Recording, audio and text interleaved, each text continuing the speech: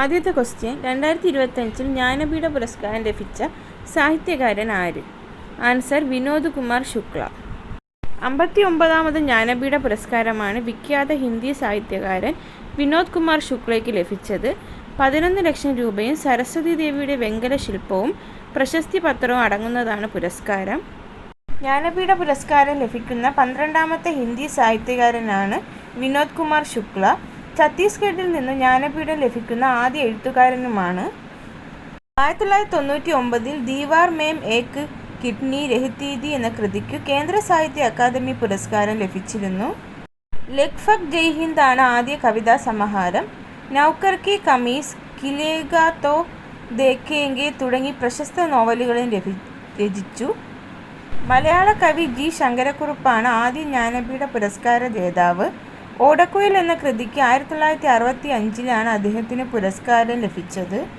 രണ്ടാമത്തെ ക്വസ്റ്റ്യൻ, 2025 മാർച്ചിൽ ക്ഷയരോഗ നിർമ്മാർജ്ജനത്തിൻ്റെ ഭാഗമായി ക്ഷയരോഗികളെ ദത്തെടുത്ത സംസ്ഥാനം ഏത്? ആൻസർ മേഘാലയ.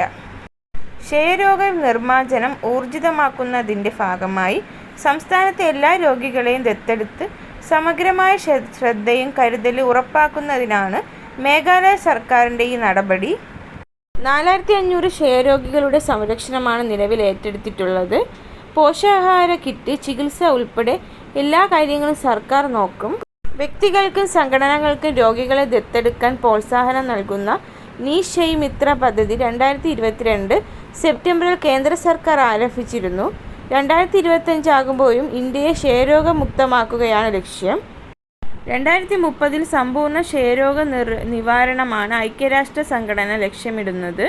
ക്ഷയരോഗത്തെക്കുറിച്ച് ബോധവൽക്കരണം നടത്തുന്നതിനും രോഗനിർമ്മാർജ്ജനത്തിനുമായി എല്ലാ വർഷവും മാർച്ച് 24 ലോക ക്ഷയരോഗ ദിനമായി ആചരിക്കുന്നു. 1992 മുതലാണ് ഈ ദിനം ആചരിക്കുന്നത്. ക്ഷയരോഗത്തിന് കാരണമാകുന്ന ബാക്ടീരിയ കണ്ടെത്തിയതായി ഡോക്ടർ റോബർട്ട് കോച്ച് പ്രഖ്യാപിച്ച ദിവസമായിരുന്നു മാർച്ച് 24. അതേ നമുക്ക് ക്ഷയരോഗത്തെ തുടച്ചു നീക്കാൻ പ്രതിജ്ഞാബദ്ധരാവുക, നിക്ഷേപിക്കുക, വിതരണം ചെയ്യുക. ലോക ക്ഷയരോഗത്തിൻ്റെ പ്രചരണമാണിത്. മൈക്രോബാക്ടീരിയം ട്യൂബർക്യുലോസിസ് മൂലമുണ്ടാകുന്ന അണുബാധയാണ് ക്ഷയം. ശ്വാസകോശം, പ്ലൂറ, ലിംഫ് നോഡുകൾ തുടങ്ങിയവയാണ് ക്ഷയം സാധാരണ ബാധിക്കുന്ന അവയവങ്ങൾ. ക്ഷയരോഗത്തിനെതിരെയുള്ള പോരാട്ടത്തിൻ്റെ ഭാഗമായി കേന്ദ്ര സർക്കാർ ആവിഷ്കരിച്ച ആരോഗ്യ പദ്ധതിയാണ് പ്രധാൻ മന്ത്രി TB മുക്ത് ഭാരത് അഭിയാൻ. 2025 രാജ്യത്ത് നിന്ന് ക്ഷയരോഗം പൂർണ്ണമായും തുടച്ചു നീക്കുക എന്നതാണ് പദ്ധതിയുടെ ലക്ഷ്യം.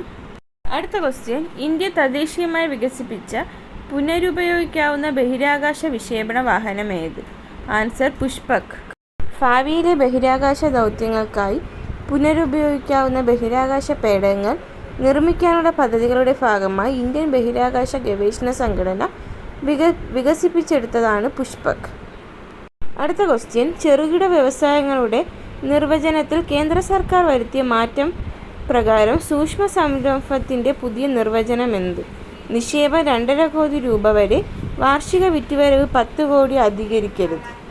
അടുത്ത ക്വസ്റ്റ്യൻ, ഡയാലിസിസ് ചെയ്യുന്ന വൃക്ക രോഗികൾ, വൃക്ക അല്ലെങ്കിൽ കരൾ മാറ്റിവെക്കലിന് വിധേയരായ ഹീമോഫീലിയ രോഗബാധിതർ, അരിവാൾ രോഗബാധിതർ തുടങ്ങിയവയ്ക്ക് ധനസഹായം നൽകുന്ന കേരള സാമൂഹിക സുരക്ഷാ മിഷൻ്റെ പദ്ധതി ഏത്?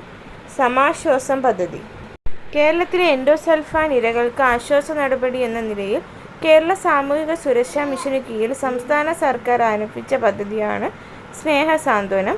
എൻഡോസൾഫാൻ ബാധിത കുടുംബങ്ങളുടെ കുട്ടികൾക്ക് വിദ്യാഭ്യാസ സഹായവും പദ്ധതിയുടെ ലക്ഷ്യമാണ്.